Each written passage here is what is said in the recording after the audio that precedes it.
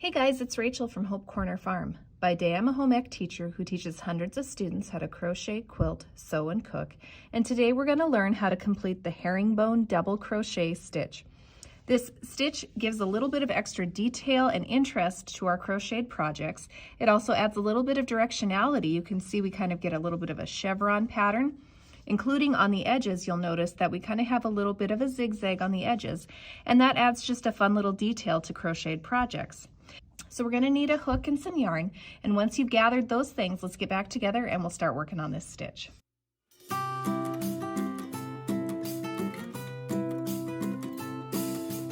After gathering your yarn and your hook, you're going to chain whatever number your pattern indicates. For this tutorial, I've just chained 12 here.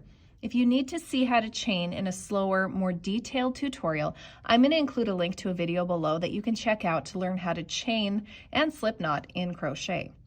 With that being said, for the first herringbone double crochet that we're going to place here, we're going to place it in our third chain from the hook. Now we do not count the loop that's on the hook, obviously, so we're going to count 1, 2, 3. So our first stitch is going to go right here. So you can see that with the chains, it kind of looks like a bunch of V's. So we're going to go into the third V. So 1, 2, 3. So right here is where we're going to go. I like to place my thumb and my middle finger at the bottom of that stitch just so I don't lose my place. So for our first herringbone double crochet, we're going to start by yarning over, and then we're going to go into this stitch here. Now we're going to yarn over, pull through the stitch. Now I'm left with 3 loops on my hook.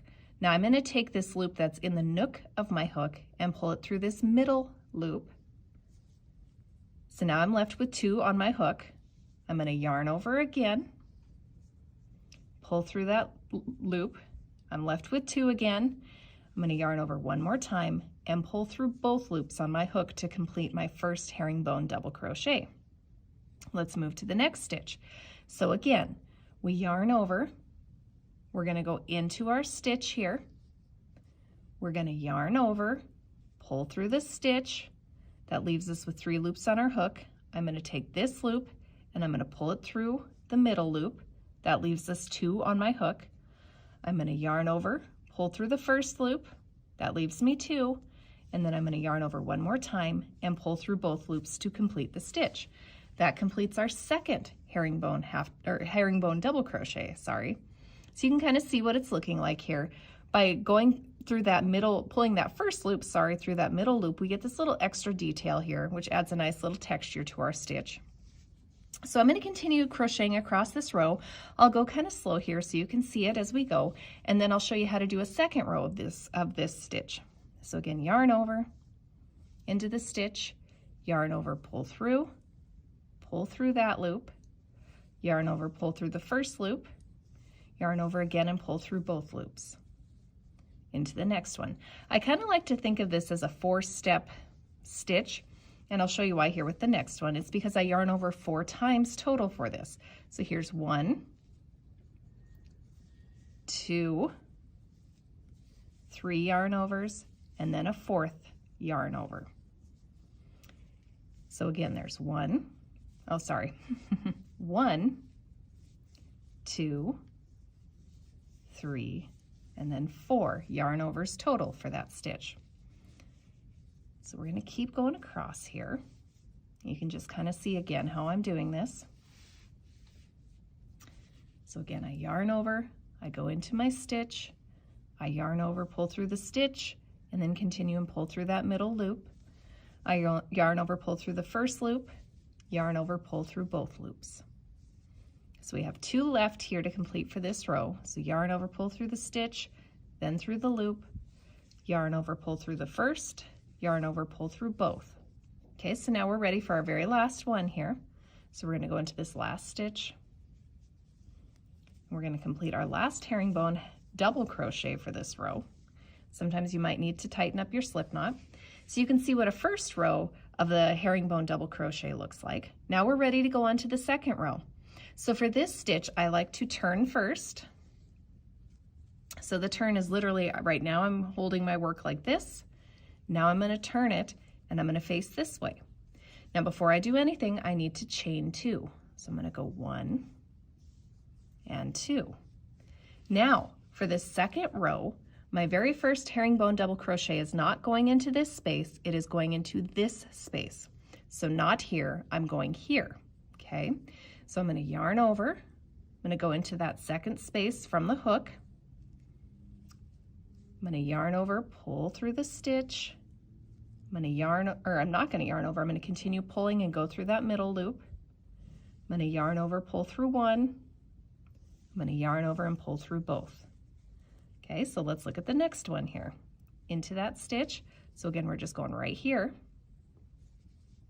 Yarn over, pull through, yarn over, pull through one loop, yarn over, pull through both loops. Into the next stitch.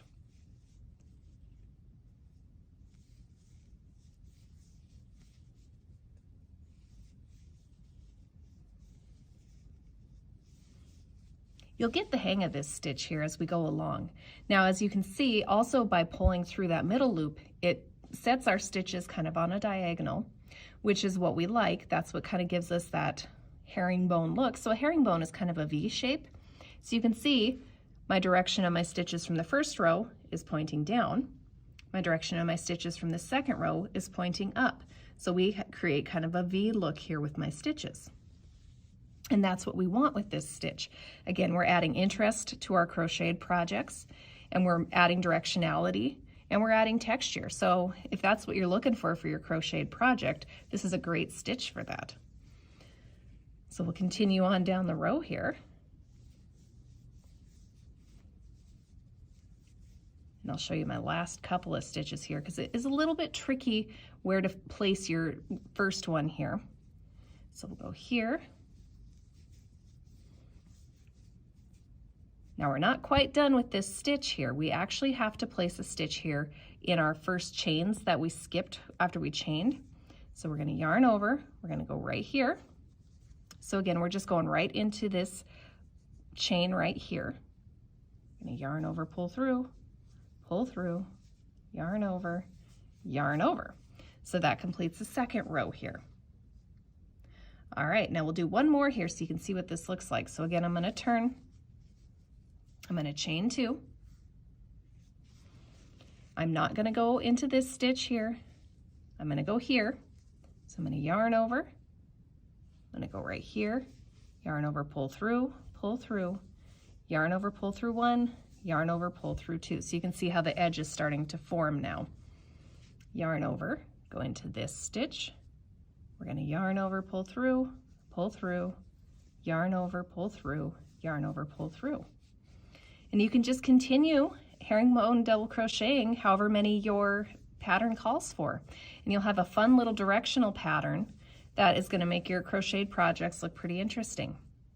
I hope you guys enjoyed this tutorial. Don't forget to subscribe to my channel and hit the bell for notifications for when I post new videos. I hope you guys have a blessed day.